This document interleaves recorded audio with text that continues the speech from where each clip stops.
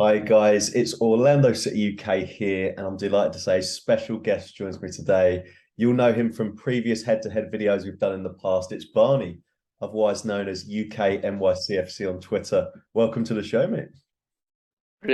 Thanks for having me, mate. Good to chat to you again. Yeah, great to chat to you. And I think we've both got a bit of a smug look on our face at the moment because it's the first time we've spoken since we've both recently returned from the US, both victorious. Yourself winning the 2022 Campiones Cup over Atlas back on September 14th. Ourselves winning the 2022 Lamar Hunt US Open Cup a week earlier. And man, how good does it feel to win, right? Yeah, pretty special. Yeah, a special 5 nights in New York for me, definitely.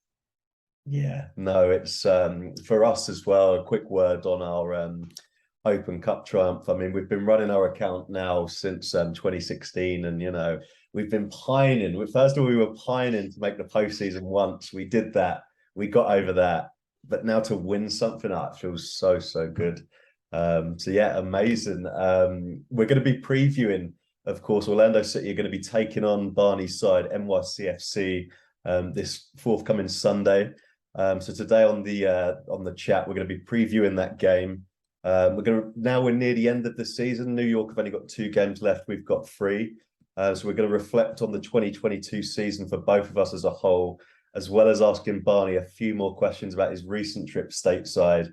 As we've just mentioned, seeing NYCFC lift the 2022 Campiones Cup. So lots to get through today. So let's get straight into it. And I mean, our tight-knit MLS UK community, I mean, we all witnessed you, live the dream as far as I'm concerned. We witnessed you travel stateside just before last Christmas, and you won the biggest prize of all. We all want to get our hands on it.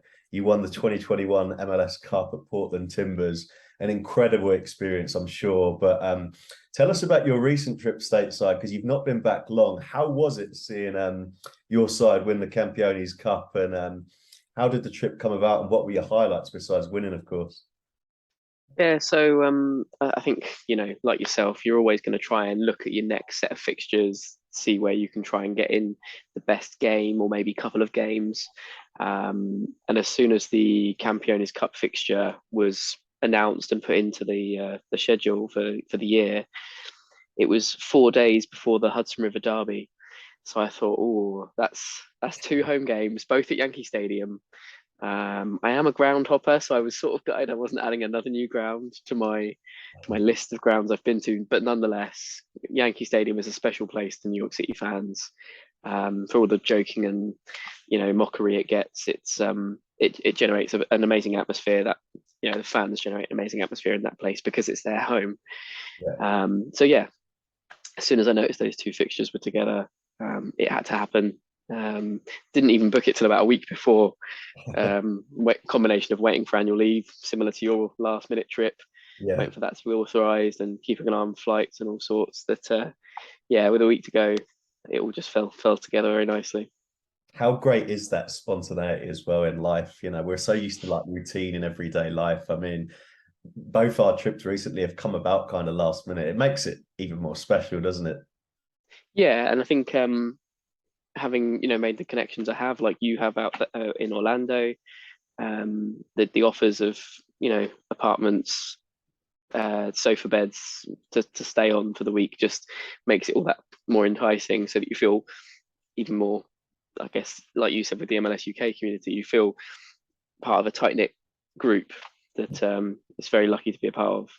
100%. Yeah. Barney spoke about it a little there, and kind of reading our interview script. Yeah, I wanted to speak a bit about this as well. And it is we love MLS. It's still a niche, tight-knit community, as we've discussed, in the UK. But that's what's so brilliant about it. I mean, we were both lucky, this is sport, so it doesn't always go your way. And we were both lucky to obviously get our hands on the silverware we wanted to get our hands on. But you've hit the nail on the head there. The generosity of the American supporters. I mean, obviously it's unique, what we do.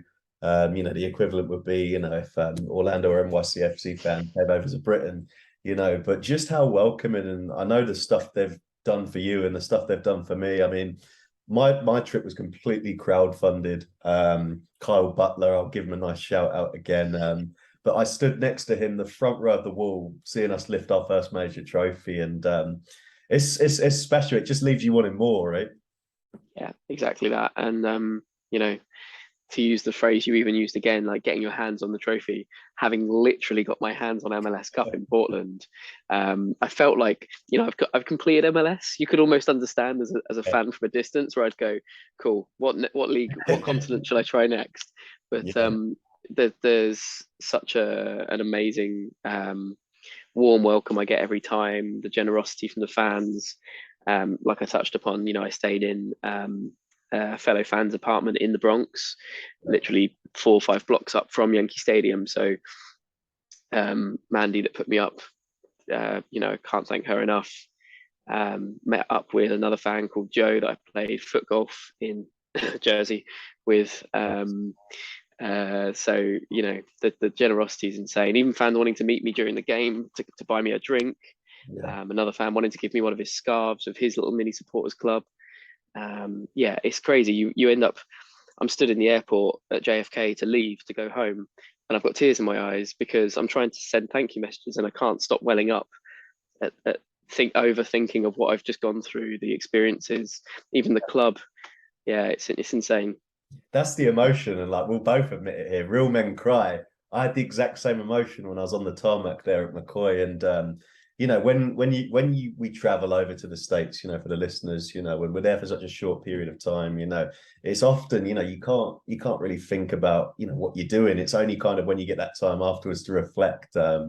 Yeah, no, super cool, man. And I was pleased for you, you know, even though Orlando and NYCFC, they're not the best of friends.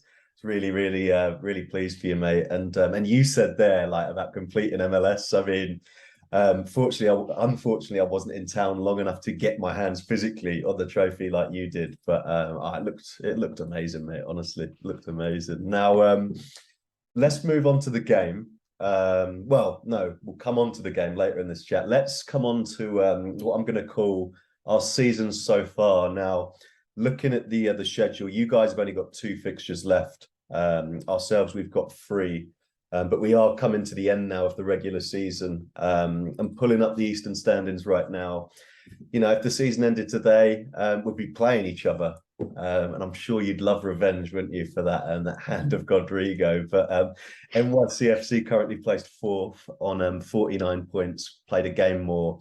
Ourselves placed 5th, 45 points, 31 games, so a game less. Obviously top 4, the number 1, which is Philadelphia, which I don't think they're going to get taken over. They'll get the buys. So 2, 3, 4, a home game.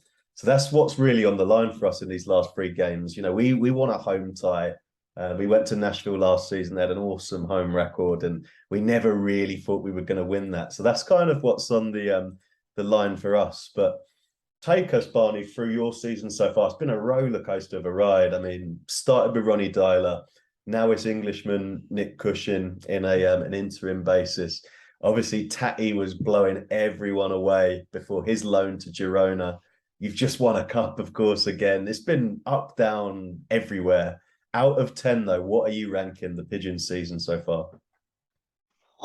Again, you know, you've said it, summed it up as I could best. You know, it's been an absolute roller coaster. I think that both of us at some point could feel disappointed with where we are now because of how we've both been right at the top at points. You know, yourselves right at the beginning of the season, you were right up there. We were then top at some point. Yeah. So to have slid to 4th is disappointing. I think a lot of fans will look at those last 2 results against Atlas and Red Bulls that could turn around our season. A lot of fans look at last season really quickly at the turning point. We scored a free kick against Atlanta, and then we went on this amazing run that just was the pivot, it was the change to move forward. And I think that's what we're looking at this Red Bull game at. Like now, we're thinking, could this turn it round from a 6 or a 7 out of 10 season? Yeah. Into another 10 out of 10 season. So right now, yeah, like a 6.5 to a 7. Interesting. So yeah, I think you know, you've seen a few times the last few years, like Revs last year, this team that finishes first, is it a positive that you get a bye to the second round? I don't think it is. Yeah. It's almost like they're not as fresh coming Yeah. into the second round of playoff fixtures, and you get sucker punched. So I actually think we're in a really good place right now. We get to play a team we're pretty familiar with yourselves, if, as you say, things finish as they are. Yeah. So yeah, I'm kind of happy with where we're at the moment. Interesting. For what it's worth, I agree with you as well.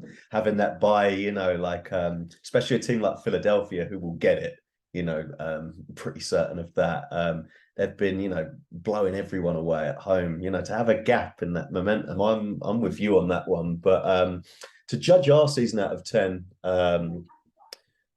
it's been really, it's kind of like yours, where 1 minute it's a really high mark, and then the next minute it's a really low mark. We are the theme park capital of the world, and it has been a roller coaster ride, like yours. I mean, getting that first major title, the US Open Cup, that was a big monkey off our back. That's something we needed to do to kind of take the club to the next level. MLS, on the other hand, Oscar Breyer, third season in charge, taking us to the playoffs, something the promised land that we couldn't do before him. But there's been much for listeners, especially NYC. There's been much. This is pre-winning the trophy, by the way. There's been much scrutiny on his head this season, almost to a point where a lot of our fans were starting to, go against him and say he's not the man for the job. And that's kind of the interesting thing, because we have turned it around. We put 4 wins back to back together recently. We won the Open Cup, and that's bought him time. I've gone on record on many kind of Orlando pods and said I wasn't quite there for saying, look, move Oscar Pereira on. I wasn't quite there, but I kind of could see where the critics were coming from. We weren't playing great soccer. We'd get 1-0 up and kind of just go ultra defensive, like if he's on FIFA, and just tried to survive, and we'll get a sucker punch in the last minute. So yeah, as in terms of a grade for our season, what did you say for yours? I think I'm going to go similar. I'll go 7, just on the basis that similarly we won a trophy. It puts a bit of a silver lining on an average season so far. Yeah, I'm going to say the same. I'm going to say a 7 because your roster's undoubtedly talented. Losing Tatty was a massive blow. Our roster's talented as well, but feel that in the league we probably could have done a bit more this season. But like you say, when you put trophies in the cabinet, you can't be too critical. So before we move on, I think that's 7s each there for NYCFC and Orlando City. 7s across the board. Digging a bit deeper into the numbers before this matchup of the weekend, you've gone 14 wins, 7 draws, 11 defeats in 32 MLS games this season. But your recent Hudson River Derby victory over the Red Bulls, like you're saying, could be the catalyst for a strong finish and heading into the postseason. That, though, was your second MLS win in 11 games. That took me by surprise when I was kind of looking at the form heading into this one. Why has your season stagnated a little? I'm interested to hear your point.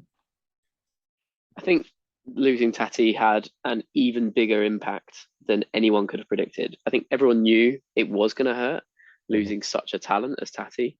But it's like I say, even more so. You've got Heber has come back from injury and not really found the form and the confidence that he played with a couple of seasons ago. And beyond Heber, we don't really have a recognised out and out striker. Yeah. So it's been trying to find a formation, a set of players that work well together in that final third to get the chances. We've played some games recently against like Charlotte, both home and away, where we should have won, and yet we've dominated the game and come away with next to nothing from those kind of games. And you wondered when the next points and win was going to come from. And then, the 2 victories whilst I was out there was the first back-to-back win since June, which, that's quite some time away for us to go that long. 100%, 100%. And I mean, I'm an Orlando City supporter first and foremost, but I'm into MLS as a whole. Watch all the games, and it's a point you raised there, which is it's true. Look, since Tati obviously went to Girona, part of the City group on loan. Fantastic for him, but I have been looking at your roster, and like you say, besides Herbert, who's not the Herbert before he got injured, and besides Tales Magno, who I suppose can play as a 9, but usually plays off the sides. I mean, beyond that, I mean, you guys are having to play like Maxi Morales as a striker. I mean, has there been some negligence there in terms of roster building? It seems awfully thin. I think you can't look at that team and not think that it looks like we've just pinned our hopes on that Herbert would find it, something would click, and he would get back to the form he's shown before. Yeah. Perhaps the look at Talas Magno is for him to do exactly what Tati did. When we signed Tati, he was a winger, and he was converted into a striker. He became that striker that everyone hates playing against, but everyone loves having on his team. Mm-hmm. He winds up defenders. He winds up the other team. If you're watching a New York City game with Tati Castellanos up top, and you're not a New York City fan, you are hating this guy. You're watching him thinking, "Oh, why is he doing that?" And when you're his team, you look at him. Everyone's getting wound up. The yellow cards for everyone, and that confidence to be able to put the ball into him, to create space, it has been, as I say, a massive miss. So yeah, I think we perhaps haven't planned well enough. Who knows? We're never going to find out if we've missed transfers, if we've gone for players and not got them. I even thought maybe when Man City signed Alvarez from River Plate, I believe, I thought there could have been a chance that we might get him on a loan for, say, 6 to 12 months. And that would have been amazing for you guys. But I mean, that would have been an insane signing. But as we've seen, he's already in Pep's plans, clearly, as Haaland's backup. So, maybe that was a little too optimistic of a wish. So, yeah, I think come to the off season, at the end of the season, this striker's got to be top of the shopping list. Yeah, it like I can totally vouch, by the way, for the Castellanos hate. If you're not rooting for him, I mean, he's the Richarlison, isn't he, of Major League Soccer? Yeah. Interestingly, have you been because I haven't? Have you been tracking how he's been doing at Girona? Has he scored for those guys yet? He scored 1 goal. Sadly, only one in, I think it's like 7 or 8 appearances now. Right. It was a great goal, fantastic goal, but beyond that, some fairly average ratings. I've only managed to watch 2 of the games. Yeah. I mean, I imagine a player of his level, and his caliber will be disappointed at his output. But to have at least broken the duck, at least he's not gone 7 or 8 games without scoring at all, because that's the making of a breaking of a striker. Going to a new club and not scoring for 10 games, you think, what's happened, what's gone wrong? So he's probably rating it like a 5 out of 10. And it's the kind of move, quickly, isn't it? It's the kind of move that supporters of Major League Soccer, but being based in Europe, are super interested to see how these guys, whether their form can equate over into Europe. So we'll certainly be interesting to see how it's early days, isn't it, in La Liga? So he's got plenty of time to put his goal scoring right. But before we move on to the game preview, it's an Englishman that you guys have got in charge now, Nick Cushing. If I'm right, did he manage Manchester City women before he took the role with you guys, right? Yep. So this is his first head coaching role as of a men's team. But he's had quite a lot of games with you guys now. Has he convinced you that he's the man for the job full time?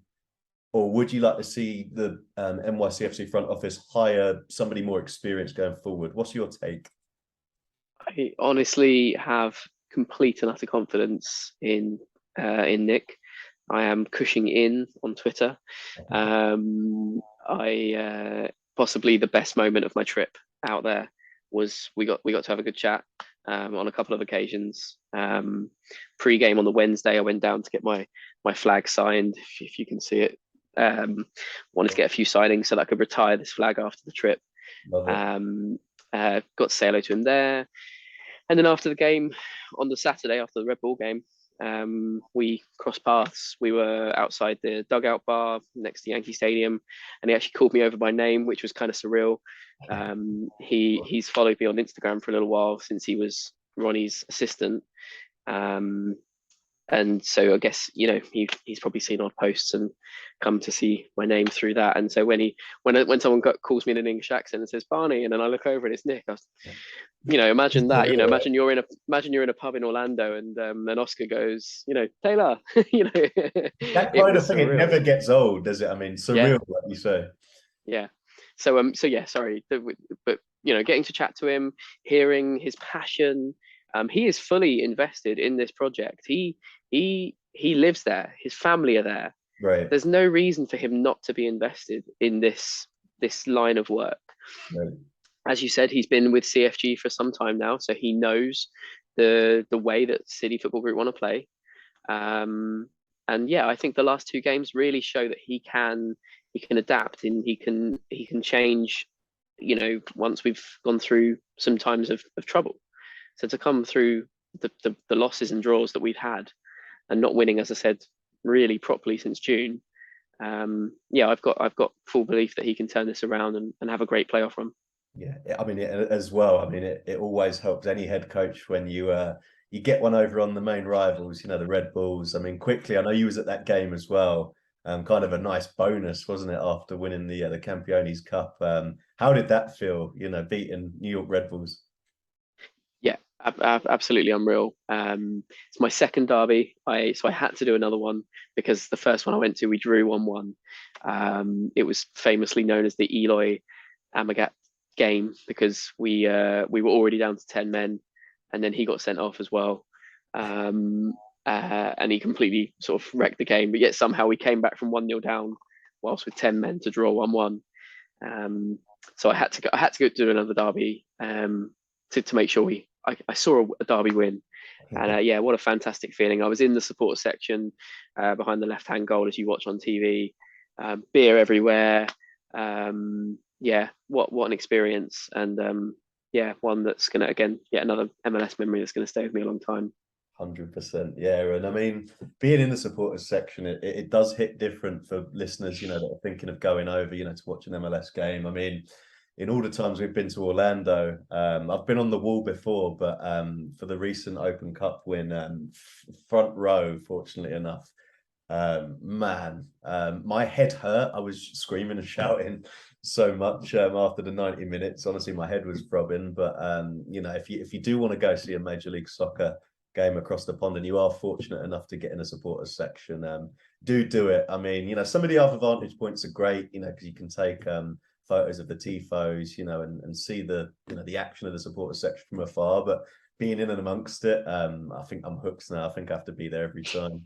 So yeah, so moving on though, Sunday's game, interesting, it's going to be at Red Bull Arena, and I know you guys have been playing you know, handful of games at Red Bull Arena across the Hudson versus Yankee Stadium. I'm interested though, with this game being held at Red Bull Arena, what is your record like? Because obviously Yankee Stadium, we've spoke about it long before, you know, we're not going to throw all the mockery at you, you know, we've long done that before, tighter pitch, you name it. What is your record like on the bigger pitch at Red Bull Arena? I'm interested. So, funny enough, seeing as you just said that, it's almost the same dimensions. Right. Okay. It's actually a surprisingly small pitch at Red Bull Arena. It is bigger, wider predominantly, but yeah, it's not a huge pitch there. So our record there isn't great. Our last win there was the away team when we beat Red Bulls in the derby a couple of months ago. So as the home team, I think no one wants to ever call it that.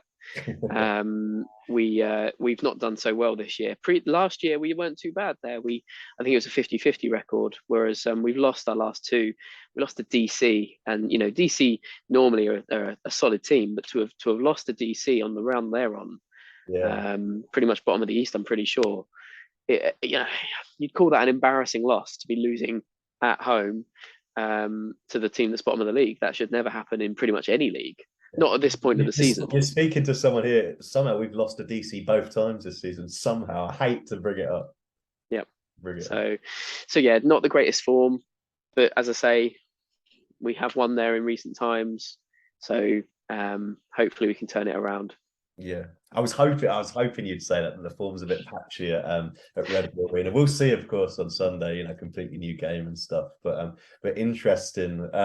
From your perspective, so from the NYC perspective, looking at Orlando City, because we can, get caught up about how we feel about our own team. We're obviously naturally biased to, certain players and personnel, but I'm interested to hear from you. I remember you said Chris Mueller to this question before. I mean, he's long gone now.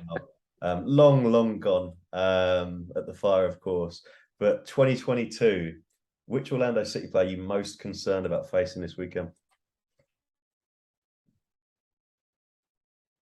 Tough question.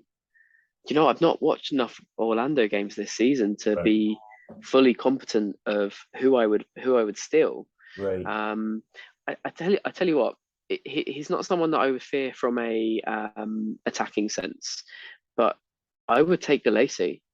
I think there's a lot of rumors going that Sean Johnson is done this season with New York. Yeah. The fact that even in Campeones Cup that Barasa got the nod. Apparently Johnson had a small knock, but nonetheless, he played 4 days later against Red Bull, so it couldn't have been that bad. Yeah. The fact that Barasa got that run out and that try, and he had an amazing game. Nonetheless, I still think we need a solid, experienced goalkeeper. So if there was someone I could steal and confidently put in that team, the Peru link up, Callan's in defence with Galese behind him. I mean, I'm taking that. You're hoping he's tapping him up on international duty right now, right? You never know. You never know. I mean, it's interesting. Galassi, obviously, top goalkeeper in Major League Soccer, as is Sean Johnson. To be fair to you guys as well. At the moment, I don't know if you guys have been aware, but there's a hashtag going around in our community. Just pay the man, pay Galese, because he's not wagered a longer term deal with us yet, and it makes me anxious because he's been a real game changer in that for us, and he always seems to be rumored, like flee the nest, but he's still with us, fortunately. But that's interesting. He again, throughout this season, he's made those trademark tentacled stops, as we call them. The octopus has been top class, honestly. Since he's been with us, we do our own kind of Orlando City UK Player of the Year vote at the end of every season, and honestly, take it from me, he's won the last two. So kind of shows you his caliber. One other name I'll throw into the mix, just because I want to. Basically, I'm a big fanboy of this guy, Facundo Torres. It's his debut season with us this season. Scored against my team, Arsenal, in a mid-season friendly. Scored a brace in that Open Cup final. We expected big things of him, especially because we lost Nani, Mueller, DK. It was a big season of transition.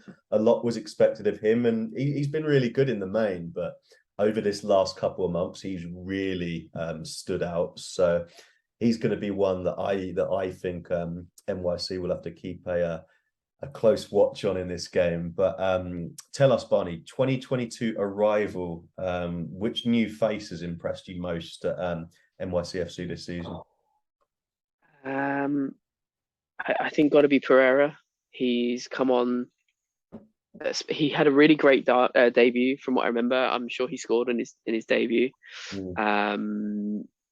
But in the last few weeks, he seems to have really blended into the team really well.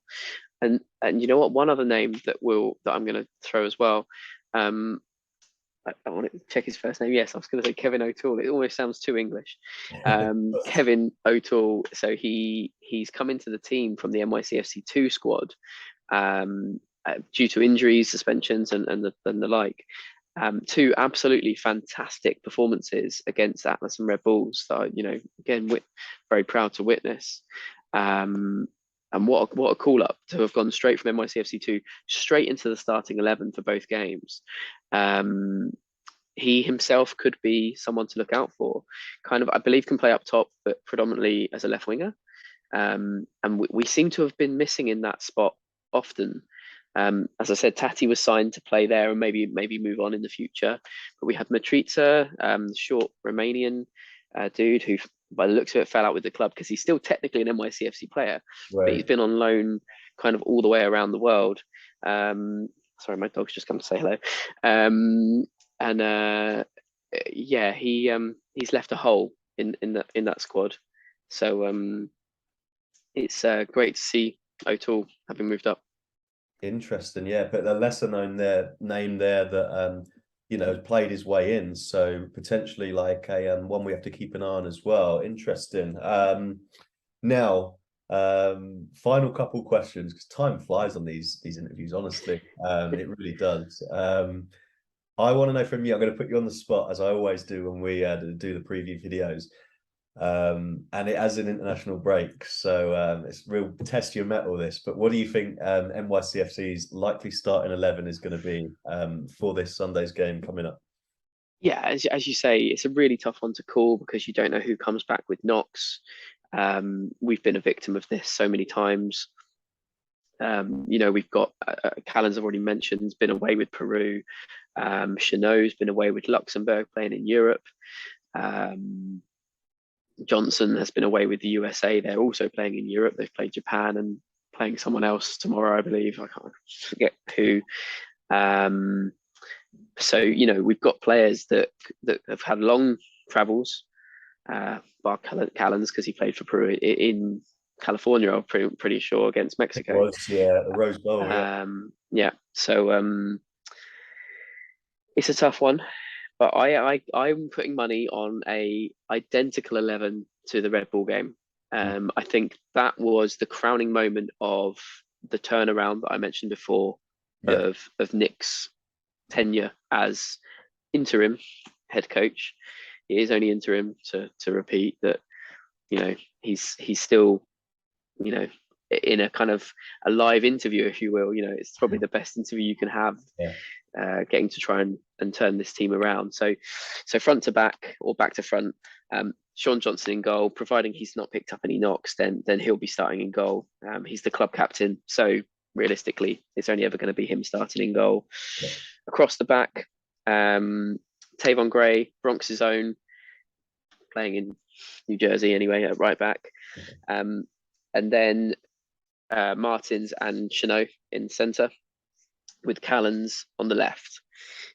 It's kind of an adaptable team. So like Gray is a right back and those other three are centre backs.